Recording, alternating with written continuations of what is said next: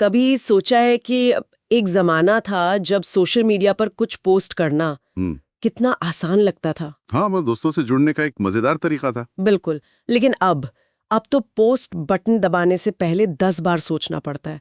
ऐसा लगता है जैसे हर पोस्ट, हर एक कमेंट एक खुली अदालत में पेश किया जा रहा है। और जिसका फैसला कोई भी कभी भी सुना सकता है। हाँ, और मजे की बात तो यह है कि उस अदालत का जज कौन है ये हमें पता भी नहीं होता। जो चीज कभी लोगों को जोड़ने के लिए बनी थी, आज वो एक ऐसे मैदान में बदल गई है जहां नियम लगातार बदल रहे हैं। और दांव पर हमारी प्रतिष्ठा, हमारी मानसिक शांति और यहाँ तक कि हमारी सुरक्षा भी लगी हुई है।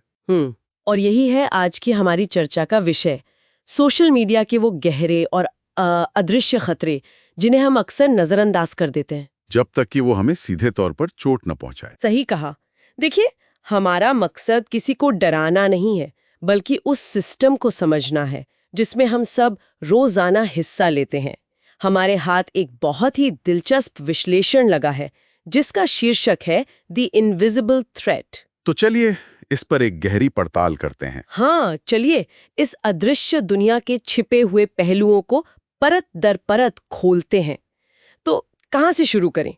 इस विश्लेषण में जो सबसे पहली और मुझे लगता है सबसे चौंकाने वाली बात कही गई है, वो ये है कि सबसे बड़ा खतरा वो नहीं है जो हमें दिखता है। मतलब ट्रोलिंग या भद्दे कमेंट्स? हाँ, वो सब तो है ही, लेकिन असली खतरा वो है जो हमें दिखता ही नहीं। मेरा इशारा एल्गोरिदम की तरफ है।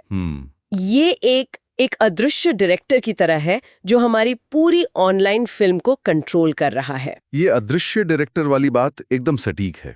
इसे ऐसे समझिए कि हम सब अपनी अपनी कहानी के हीरो हैं, लेकिन हमारी स्क्रिप्ट कोई और लिख रहा है। बिल्कुल। इस रिसर्च के मुताबिक एल्गोरिथम ही ये तय करता है कि किसकी आवाज को लाखों लोगों तक पहुंचाया जाएगा, किसकी आवाज को खामोशी में दबा दिया जाएगा, और किसी की एक छोटी सी गलती को सबसे बड़ा वायरल ड्रामा बनाया जाएगा। हाँ, और इस डायरेक्टर का कोई चेहरा नहीं है, कोई भावनाएं नहीं है। उसे इस बात से कोई फर्क नहीं पड़ता कि आपका इरादा अच्छा था या बुरा। नहीं, वो बस एक चीज पर काम करता है, एंगेजमेंट। मतलब किस पोस्ट पर लोग सबसे ज्यादा रुक रहे हैं, रिएक्ट कर रहे हैं। यहीं पर सारा खेल बदल जाता है।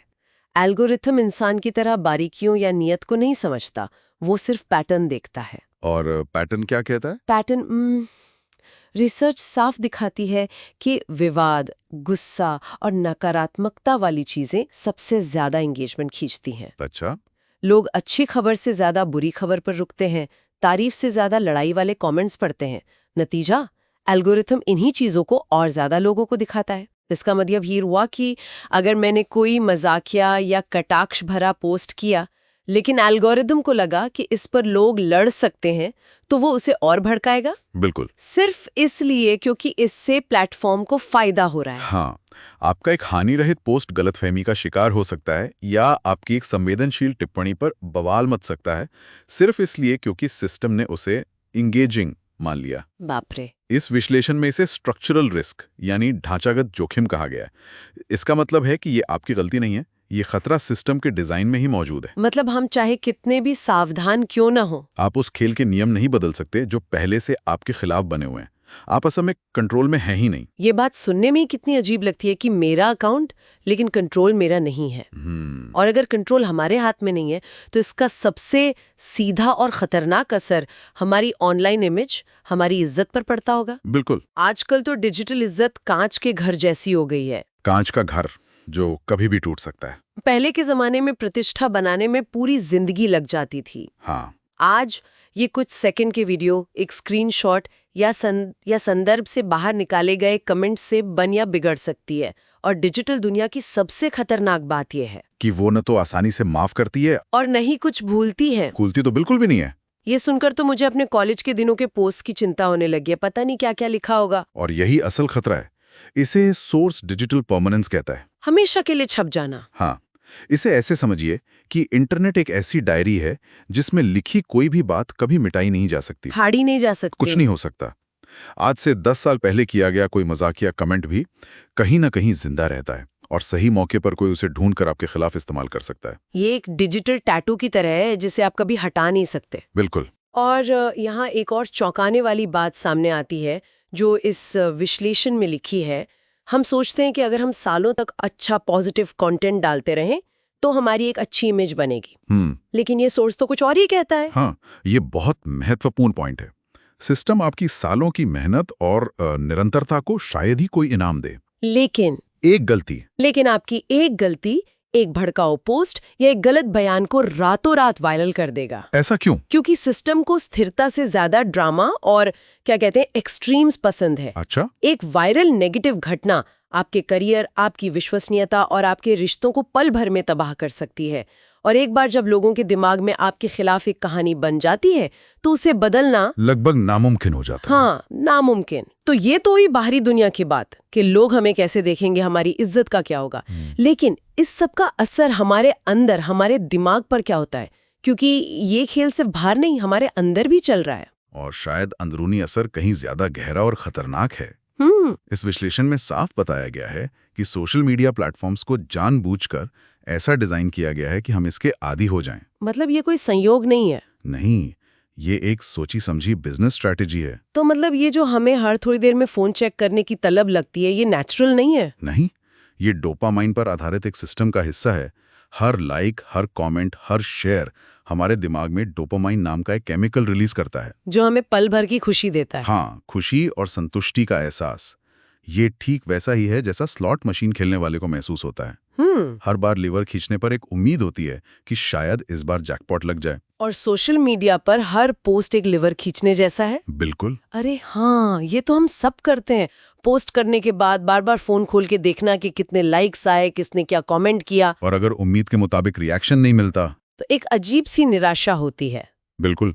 और यहीं से तुलना, असुरक्षा और ऑनलाइन तारीफ पर हमारी भावनात्मक निर्भरता शुरू होती है। हम एक अंतहीन चक्र में फंस जाते हैं। हाँ, पोस्ट करो, रिएक्शन का इंतजार करो, अपने प्रदर्शन का मूल्यांकन करो और फिर से दोहराओ। ये निरंतर मूल्यांकन, ये लगातार खुद को साबित करने का दबाव समय के साथ हमारे मानसिक लचीलेपन को कमजोर कर देता है ना? हाँ, ये एक तरह की भावनात्मक थकावट, मतलब इमोशनल बर्नआउट और डिजिटल एंजाइटी को जन्म देता है। हम असल दुनिया में कैसे हैं, इससे ज्यादा इस बात की फिक्र करने लगते हैं कि हम ऑनलाइन कैसे दिख रहे हैं। सही कहा।